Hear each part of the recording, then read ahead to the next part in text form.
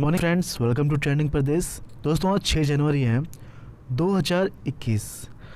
Actually कल एक question था कल के लेक्चर में कि जयपाल सिंह मुंडा का 1 जनवरी 2021 को कौन सी जयंती मनाई गई है। तो 118वीं जयंती मनाई गई है और एक्सप्लेनेशन में 2021 की जगह 2020 लिखा हुआ था। तो हमारे एक सब्सक्राइबर हैं अंजन अनु जी, उन्होंने पूछा कि जयपाल सिंह मुंडा का 118वीं जयंती 2020 में मनाया गया या 2021 में। तो 2021 होगा, 2020 जो है वो गलती से टाइप हो गया था क्योंकि अभी जस्ट ख़त्म हुआ है ना, अभी थोड़ा सा आदत रहेगा। चलिए आज के लिए हम लोग जो है झारखंड करंट अफेयर्स के क्वेश्चंस स्टार्ट करते हैं। झारखंड के किस संस्थान ने रैपिड ऑर्गेनिक वेस्ट स्टेबलाइजर विकसित किया है। तो यहाँ पर ऑप्शन ए जो आप देख रहे हैं IIT ISM Dhanbad, Indian institute of technology, Indian school of mines Dhanbad. Okay, तो इस इंस्टीट्यूट ने इस्टेब्लिश किया है और ये जो है सेंट्रल गवर्नमेंट का एक इंस्टीट्यूट है, झारखंड का नहीं है। झारखंड में है, धनबाद में है, लेकिन झारखंड गवर्नमेंट का नहीं है। तो यहाँ पर कुछ और हम लोग जानते हैं। देखिए यही वो इंस्ट्रूमेंट है। इसमें क्या है कि जो भी किचन में वेस्ट होते हैं, खासकर खाने वाली चीज़ें, जैसे जूठा जो बच गया है, सब्जी का जो भी वेस्ट मटेरियल है, उसको इसमें डालकर बहुत ही जल्द खाद बनाया जा सकता है। तो IIT ISM धनबाद के इन्वायरमेंटल साइंस इंजीनियरिंग विभाग के विभागाध्यक्ष प्रोफेसर SK गुप्ता व PhD स्कॉलर नितिन कुमार की टीम ने रैपिड ऑर्गेनिक वेस्ट स्टेबलाइजर विकसित किया है। ठीक है, तो इस मशीन की मदद से जो भी सब्जी के मटेरियल हैं, तो उसका जो ऑर्गेनिक वेस्ट है, उसके ऑर्गेनिक वेस्ट से खाद बनेगी। ठीक है, यह जो तकनीक है महज 3-4 घंटे में सड़ने गलने योग्य गीले कचरे को खाद में बदल देती है। इसमें किचन और फूड वेस्ट से खाद बनाने की प्रक्रिया में थर्मल ट्रीटमेंट का उपयोग किया जाता है। कचरे को 150 से 200 डिग्री तापमान से गुजारा जाता है। गर्म हवा से कचरे की नमी खत्म हो जाती है। ओके, चलिए सेकंड क्वेश्चन देखते हैं। 2021 से 22 का जो सीजन है, इसमें सरकारी स्कूलों के बच्चों के लिए नई किताबों की छपाई के लिए कितना बजट आवंटित किया गया है। देखिए 8वीं तक के बच्चों के लिए पहले क्या था कि सिर्फ 70% बच्चे ही नई किताबें से पढ़ पाते थे, मतलब कि सिर्फ 70 बच्चों को ही नई किताबें मिल पाती थी। लेकिन अब क्या है कि सभी बच्चों को नई किताबें दी जाएंगी। अब नई किताबें दी जाने अगर हैं तो उनका प्रिंट भी निकालना पड़ेगा, नई किताबों का प्रिंट भी होगा। तो इसके लिए जो बजट रखा गया है, ये जो टोटल बजट है ये 112 करोड़ है। ओके, तो ऑप्शन बी जो है इसका सही आंसर है। यहाँ पर देखिए कुछ और भी चीज़ें हैं। झारखंड में पहली बार सरकारी स्कूलों के 8वीं तक के सभी बच्चों को नई किताबें देने का प्रावधान किया गया है। अभी तक मात्र 70% छात्रों को ही नई किताबें दी जाती थी। 30% बच्चे पुरानी किताबें से ही पढ़ते थे। सत्र 2021 से 22 के लिए कुल 35.98 लाख बच्चों के लिए इस बार किताबें छापी जाएंगी। किताबों की छपाई के लिए करीब 112 करोड़ रुपए का बजट रखा गया है। पब्लिशर्स को मार्च के अंत तक कक्षावार मतलब क्लास वाइज किताबें छापकर और सेट तैयार कर प्रखंड स्तर तक पहुंचाना होगा। इसके बाद उन्हें स्कूलों में भेजा जाएगा। ठीक है, चलिए तीसरा क्वेश्चन है नई खेल नीति। देखिए काफ़ी इंपॉर्टेंट क्वेश्चन है। मैंने आपसे हमेशा से कहा है कि कहने को तो इसमें 10 क्वेश्चन है, 5 क्वेश्चन है, लेकिन इन 10 क्वेश्चनों के माध्यम से आप बहुत सारे क्वेश्चंस को कवर कर रहे हैं, क्योंकि इसमें एक्सप्लेनेशन ही इतना सारा दिया जाता है। तो क्वांटिटी पे ध्यान नहीं देना है, क्वालिटी पे ध्यान देना है। ठीक है, और जो लोग JPSC की तैयारी कर रहे हैं या फिर जिन्होंने एग्ज़ाम दिया है, जो लोग क्वेश्चन पढ़ चुके हैं प्रीवियस ईयर के, वो लोग जानते होंगे कि इसमें जो कंटेंट दिया जाता है झारखंड करंट अफेयर का, वो कितना इम्पोर्टेंट है, क्योंकि इसको खासकर JPSC को ध्यान में रख कर ही बनाया जा रहा है। आपका JSSC लेवल या फिर JPSC का जो PT है वो तो आसानी से इसमें कवर हो जाएगा। इसमें कंटेंट इस तरह से दिया जाता है कि आप JPSC के मेंस तक आराम से इन कंटेंट्स की सहायता से क्वेश्चन का आंसर लिख पाएँ। ओके, तो यहाँ पर क्या है कि काफ़ी क्वेश्चंस आपको मिल जाएंगे 4-5 पॉइंट में, इसको आप ध्यान से देखिए।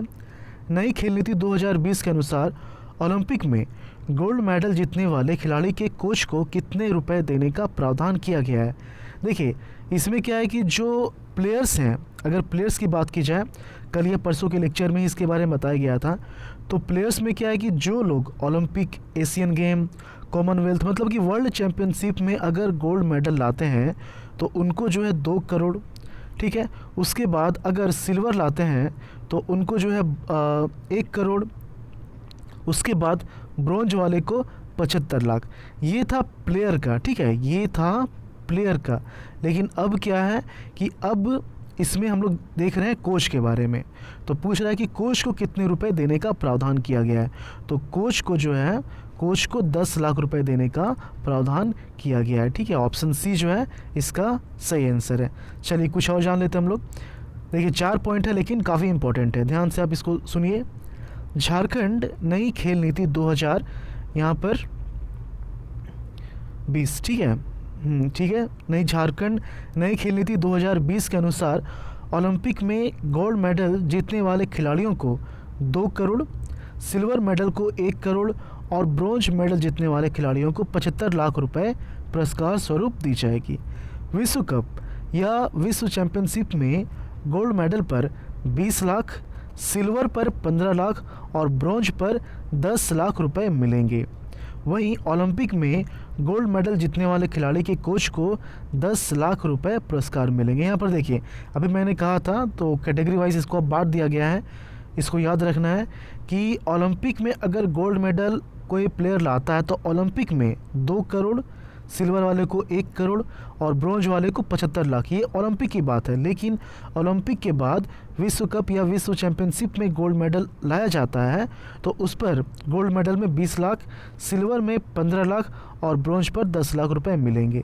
लेकिन ओलंपिक में जिस प्लेयर ने गोल्ड मेडल जीता है तो उसके कोच को 10 लाख रुपए पुरस्कार स्वरूप दिया जाएगा। ओके, पदक जीतने वाले सीनियर खिलाड़ियों को प्रति माह 6,000 रुपये छात्रवृत्ति दी जाएगी। अर्जुन, द्रोणाचार्य और ध्यानचंद अवार्डी और ओलंपिक पदाधिकारियों के लिए पेंशन का प्रावधान भी नई खेल नीति में किया गया है। ओके, प्रतियोगिता या शिविर में भाग लेने वाले खिलाड़ियों को भत्ता दिया जाएगा। प्राथमिकता के आधार पर पहली बार झारखंड राज्य में खेलों का वर्गीकरण किया गया है। नई खेल नीति में दिव्यांग खिलाड़ियों को भी समान अवसर दिया गया है। ओके, चलिए चौथा क्वेश्चन है, झारखंड राज्य पुलिस मुख्यालय के आंकड़ों के मुताबिक साल 2020 में किस जिले में साइबर ठगी के सर्वाधिक मामले दर्ज किए गए हैं। तो हर क्वेश्चन का आंसर जामताड़ा नहीं होता है। इस तरह क्वेश्चन को आप समझिए। यहाँ पर क्या बोल रहा है, साइबर ठगी बोल रहा है, ठीक है, साइबर फ्रॉड। एक होता है साइबर क्राइम। देखिए, अगर फ़ोन पर किसी ने धमकी दी, आप कहाँ जाएंगे, साइबर थाना जाएंगे, वो साइबर क्राइम के अंदर आ गया, ठीक है।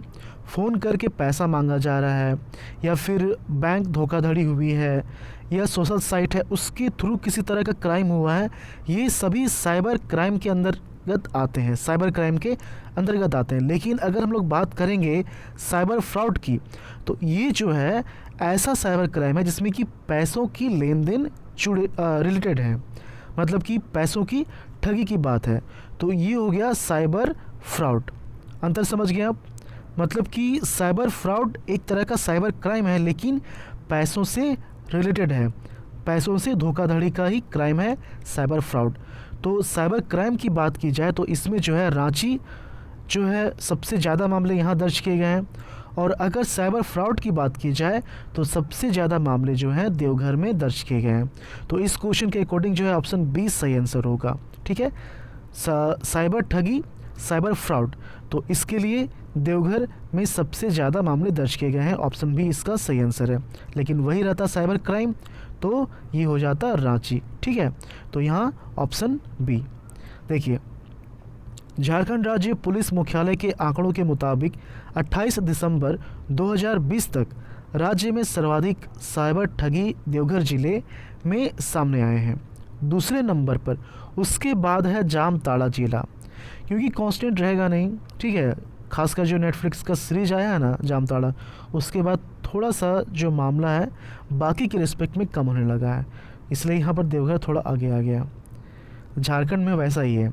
तो जामताड़ा जो है दूसरे नंबर पर है, और उसके बाद गिरिडीह है, धनबाद है। वहीं सबसे कम जो है गढ़वा में, उसके बाद पलामू, फिर कोडरमा, लातेहार। तो ये हो गया बॉटम से टॉप, और ये हो गया टॉप से बॉटम, ठीक है। राज्य में साइबर अपराध के कुल 1240 केस इस साल झारखंड पुलिस ने दर्ज किए हैं, जिसमें कि रांची जिले में साइबर अपराध के सर्वाधिक मामले दर्ज हुए हैं। रांची जिले में साइबर अपराध, साइबर क्राइम के सर्वाधिक मामले दर्ज हुए हैं। अब आप कंफ्यूज नहीं करेंगे, इसलिए मैंने दोनों का डिफरेंस जो है बता दिया। रांची में 290 केस दर्ज किए गए हैं। रांची के बाद देवघर में 98, हजारीबाग में 86, देवघर में 56 केस दर्ज किए गए हैं, ठीक है। ये जो है साइबर क्राइम का मामला है। वहीं बीते साल यानी कि 2019 में झारखंड पुलिस ने साइबर अपराध के 1385 केस दर्ज किए थे। चलिए, पांचवा क्वेश्चन है, झारखंड से किनका चयन तक्षशिला बाल साहित्य सृजन पीठ फेलोशिप अवार्ड 2020 के लिए किया गया है? तो यहाँ पर देखिए, जनसिता किरकेट्टा, ये इसका सही आंसर है, जनसिता किरकेट्टा, ठीक है। तो ये इनका पिक्चर है। झारखंड की आदिवासी कवि और लेखिका जनसिता किरकेट्टा को तक्षशिला बाल साहित्य सृजन पीठ फेलोशिप अवार्ड 2020 के लिए चुना गया है। देखिए, झारखंड में क्या है कि जिनको अवार्ड दिया जाता है काफ़ी लिमिटेड नंबर है, उन्हीं को घुमा फिरा कर अवार्ड दिया जाता रहता है। तो बहुत ही जल्द मैं झारखंड के जो भी लोग हैं जिनको अवार्ड रिसेंटली दिया गया है, चाहे वो पद्मा अवार्ड्स हो या फिर स्पोर्ट अवार्ड हो या फिर लिटरेचर से जुड़े अवार्ड्स हैं, तो उन सभी का लिस्ट जो है एक वीडियो में और इसीलिए एक पीडीएफ में आपको प्रोवाइड करा दिया जाएगा। अच्छा, बहुत लोग बोल रहे थे कि पीडीएफ नहीं मिलता है। देखिए, पीडीएफ जो है, मैंने बोला है कि पीडीएफ दे दिया जाएगा। अगर वीडियो आज अपलोड होता है तो पीडीएफ आज ही नहीं दिया जाएगा, थोड़ा सा वेट कीजिए, 2-3 दिन 4 दिन वेट कीजिए, आपको पीडीएफ मिल जाएगा। और ऐसा इसलिए किया जाता ताकि आप वीडियो देखें। इसमें देखिए फ़ायदा क्या है, वीडियो आप देखिएगा, फ़ायदा क्या है। एक बार आपने वीडियो देखा, लेक्चर देख लिया, ठीक है, एक बार आपने लेक्चर देख लिया, थोड़ा सा गैप हुआ, 2-3-4 दिन गैप हुआ, आपने तो लेक्चर देख के रखा है, आपको सारा कंटेंट याद है, याद नहीं भी है लेकिन दिमाग में है। अब आप क्या करते हैं कि जब आपको पीडीएफ मिलता है कुछ दिनों में, 3-4 दिनों में पीडीएफ मिलता है, तो आप पीडीएफ पढ़ेंगे। तो जब आप पीडीएफ फिर से पढ़ते हैं तो जो भी आपने लेक्चर में सुना देखा वो सभी रिकॉल होने लगता है, और इस तरह से आप एक तरह से रिवाइज़ कर लेते हैं, और ये जो है आपके दिमाग में पूरी तरह से सेट कर जाता है, फिर आप इसको भूलेंगे नहीं। अगर उसी दिन पीडीएफ दे दिया जाएगा तो आप पीडीएफ, बहुत लोग ऐसे होंगे पीडीएफ उसको जो है नहीं पढ़ेंगे, वो बस एक तरह से फोल्डर में सेव रहेगा। तो गैप करके देने का मकसद जो है यही है, ठीक है। तो इसका गलत मतलब नहीं निकालना है, पीडीएफ दिया जाएगा, सभी लेक्चर्स के पीडीएफ दे दिए जाते हैं, ओके। चलिए, तो इनके साथ जो है, इनके साथ कवि, लेखक और अनुवादक असद जैदी और बर्लिन में रहने वाले भारतीय कलाकार एलन सो का भी चयन किया गया है। इस फेलोशिप के तहत जनसिता को 3.6 लाख रुपए दिए जाएंगे, ओके। चलिए, कुछ और क्वेश्चन है उसे भी हम लोग देख लेते हैं, वन लाइनर जैसे हैं। झारखंड की कुल कितनी सेवाओं को राइट टू सर्विस से जोड़ने का निर्णय लिया गया है? तो कुल 6 सेवाएं हैं, ऑप्शन सी इसका सही आंसर है। 6 सेवाओं को राइट टू सर्विस से जोड़ने का निर्णय लिया गया है। कौन कौन से हैं? ई वेस्ट मैनेजमेंट, ओके, ई वेस्ट मैनेजमेंट है, प्लास्टिक वेस्ट निबंधन है, देसी शराब का निर्यात आयात परमिट है, सिनेमा शूटिंग की अनुमति और ख़ास सेक्टर का पर्यटन इसमें शामिल है। चलिए, 7वां क्वेश्चन है, झारखंड राज्य जूनियर व सीनियर टेबल टेनिस प्रतियोगिता 2020 में कौन ओवरऑल विजेता रहा? झारखंड राज्य जूनियर और सीनियर टेबल टेनिस प्रतियोगिता 2020। तो इसमें जो है पुरुष एकल कैटेगरी की बात की जाए तो पुरुष एकल कैटेगरी में पश्चिम सिंहभूम के शिवाजी राय आयर, ठीक है, और है ये आयर नहीं है, शिवाजी राय। और महिला एकल कैटेगरी में मनीषा मुखर्जी विजेता रही हैं। मुखर्जी विजेता रही हैं। तो मनीषा मुखर्जी हो गया, मनीषा मुखर्जी हो गई महिला एकल कैटेगरी में, और शिवाजी राय जो हो गए वो पुरुष एकल कैटेगरी में। तो ऑप्शन बी, तो ऑप्शन डी जो है इसका सही आंसर है। ओके, 8वां क्वेश्चन है, किस जिले के कृषि व्यवसायियों के लिए कृषि प्रसार में डिप्लोमा पाठ्यक्रम की शुरुआत की गई है? कृषि व्यवसायियों के लिए कृषि प्रसार में डिप्लोमा पाठ्यक्रम की शुरुआत, तो ये जो है रांची के कृषि व्यवसायियों के लिए संयुक्त जिला कृषि कार्यालय सभागार में कृषि प्रसार में डिप्लोमा पाठ्यक्रम की शुरुआत की गई है। तो ऑप्शन ए जो है इसका सही आंसर है रांची। पाठ्यक्रम जो है, पाठ्यक्रम समेकित झारखंड और हैदराबाद की ओर से संचालित है। आज के लिए अच्छा लास्ट लेक्चर का जो क्वेश्चन उसे भी देख लेते हैं हम लोग। और इससे पहले मैं बता दूं कि वीडियो अगर आप लोग पसंद करते हैं तो इसको आप लाइक करके क्लोज़ करें, ऐसे ही बंद ना कर दें और दूसरा काम करने ना लग जाए। पहले आप इसको लाइक कर दें और अपना फीडबैक, आपका जो वैल्यूबल फीडबैक है वो हमें ज़रूर दें, क्योंकि आपका जो कमेंट होता है वो इम्पॉर्टेंट होता है हमारे लिए। हम लोग उस कमेंट को पढ़ते हैं। आपके जो कमेंट्स होते हैं काफ़ी अच्छे होते हैं, एक तरह से मोटिवेशन का ही काम करता है हमारे लिए। वो कुछ भी मॉडिफिकेशन चाहिए होता है वैसे भी आप लोग कमेंट करते हैं, तो उसको देखकर इन सब चीज़ों को इम्प्लीमेंट भी किया जाता है। तो इसलिए कमेंट करना बहुत ही ज़रूरी है। ओके, चलिए, राज्य में चल रहे दीदी बाड़ी योजना में मनरेगा का सहयोग कौन सी संस्थान कर रही है? तो JSLPS ऑप्शन बी जो है इसका सही आंसर है। JSLPS मतलब कि Jharkhand state livelihood promotion society. तो इसके सहयोग से दीदी बाड़ी योजना जो है चल रही है राज्य में कुपोषण की समस्या मिटाने के लिए। ओके, मनरेगा और JSLPS। आज के लिए आपका क्वेश्चन है, HEC किस देश की कंपनी के साथ पवन ऊर्जा के क्षेत्र में जॉइंट वेंचर में काम कर रही है? रूस, अमेरिका, जर्मन, चेकोस्लोवाकिया। अगर आपको कंट्री का नाम याद है और साथ ही साथ अगर कंपनी का नाम भी आप बताते हैं तो कंपनी का नाम भी आप टाइप करके बताइए, ठीक है? कंपनी भी चलेगा, लेकिन अगर आपको कंपनी का नाम याद है तो कंपनी का नाम भी लिख दीजिए। चलिए, तो ये आज के करंट अफेयर्स थे। मिलते हैं झारखंड के अगले वीडियो में। धन्यवाद।